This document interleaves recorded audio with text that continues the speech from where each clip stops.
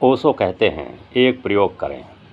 कभी अपनी घड़ी को हाथ में रख कर बैठ जाएं और एक छोटी सी कोशिश करें कि वह जो सेकंड को बताने वाला भागता हुआ कांटा है उस पर ध्यान रखो और यह कोशिश करो कि मैं कितने सेकंड तक उसका स्मरण साधे रख सकता हूँ। दूसरी बात मन में ना आए, बस सेकंड का कांटा ही मेरे ख्याल में रहे। तुम पाओगे कि 3 सेकंड भी बहुत मुश्किल हो जाता है। 3 सेकंड भी नहीं बीत पाते कि तुम्हारा मन कहीं और जा चुका, किसी और लोक में, किसी और वासना में। वह घड़ी भी भूल गई, वह कांटा भी भूल गया। अचानक फिर तुम चौंकोगे और पाओगे कि अरे, कितने सेकंड गुजर गए और मुझे इस कांटे का स्मरण भी नहीं रहा। तब तुम्हें समझ में आएगा कि संत क्यों कहते हैं, तलवार की धार की तरह संकीर्ण, क्षण भर में चूक जाता है, जरा हिले कि गए। जागृति होश कठिन है, लेकिन साधने जैसा है।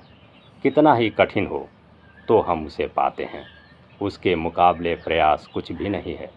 और जिनको भी मंजिल उपलब्ध होती है, वे कहते हैं कि पाए गए हैं जो हमने किया था वह ना कुछ था, और जो हमने पाया वह सब कुछ है। इसीलिए संत कहते हैं कि उसकी उपलब्धि प्रसाद है, प्रयास नहीं।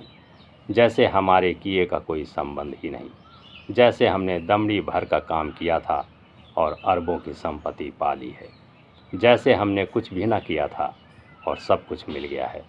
हमारे करने और उसके मिलने में कार्य कारण जैसा संबंध नहीं दिखाई पड़ता। इसीलिए संत कहते हैं प्रसाद, जैसे उसकी अनुकंपा से मिला, हमारे प्रयास से नहीं। पर प्रयास करते समय बड़ा कठिन है, और कठिन इसलिए है कि मूर्छा में हमारा सारा अस्तित्व है।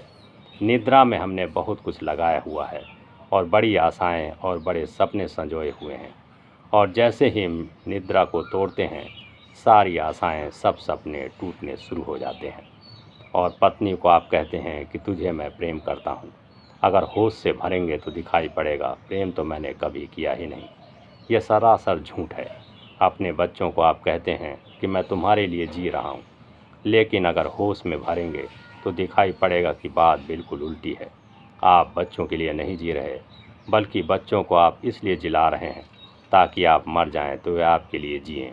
बच्चे आपकी आकांक्षाएं हैं, जो आप पूरा नहीं कर पाए वे पूरा करें। आप उनके कंधों पर भविष्य की यात्रा करने की कोशिश कर रहे हैं।